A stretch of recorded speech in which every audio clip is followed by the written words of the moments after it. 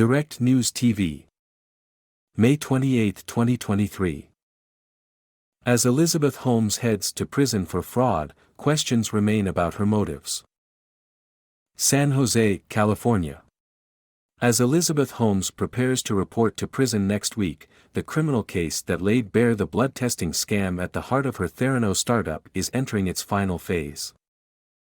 The 11-year sentence represents a comeuppance for the wide-eyed woman who broke through tech bro culture to become one of Silicon Valley's most celebrated entrepreneurs, only to be exposed as a fraud. Along the way, Holmes became a symbol of the shameless hyperbole that often saturates startup culture. But questions still linger about her true intentions, so many that even the federal judge who presided over her trial seemed mystified.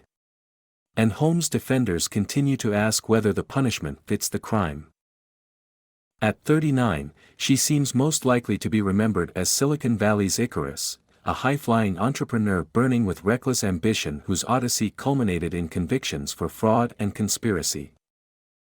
Her motives are still somewhat mysterious, and some supporters say federal prosecutors targeted her unfairly in their zeal to bring down one of the most prominent practitioners of fake it till you make it, the tech sector's brand of self-promotion that sometimes veers into exaggeration and blatant lies to raise money.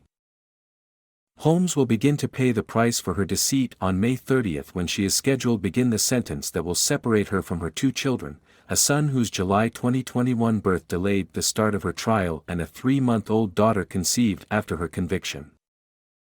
She is expected to be incarcerated in Bryan, Texas, about 100 miles, 160 kilometers, northwest of her hometown of Houston. The prison was recommended by the judge who sentenced Holmes, but authorities have not publicly disclosed where she will be held. Her many detractors contend she deserves to be in prison for peddling a technology that she repeatedly boasted would quickly scan for hundreds of diseases and other health problems with a few drops of blood taken with a finger prick. The technology never worked as promised. Instead, Theranos tests produced wildly unreliable results that could have endangered patients' lives, one of the most frequently cited reasons why she deserved to be prosecuted. Before those lies were uncovered in a series of explosive articles in the Wall Street Journal beginning in October 2015, Holmes raised nearly $1 billion from a list of savvy investors including Oracle co-founder Larry Ellison and media mogul Rupert Murdoch. It was the duping of those investors that led to her prison sentence and a $452 million restitution bill. Holmes' stake in Theranos at one point catapulted her paper wealth to $4.5 billion. She never sold any of her stock in the company, though trial evidence left no doubt she reveled in the trappings of fame and fortune, so much so that she and the father of her children, William "Billy" Evans, lived on a palatial Silicon Valley estate during the trial. The theory that Holmes was running an elaborate scam was buttressed by trial evidence documenting her efforts to prevent the journal's investigation from being published.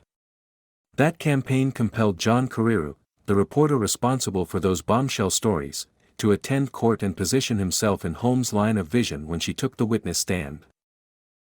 Holmes also signed off on surveillance aimed at intimidating Theranos employees who helped uncover the flaws with the blood testing technology.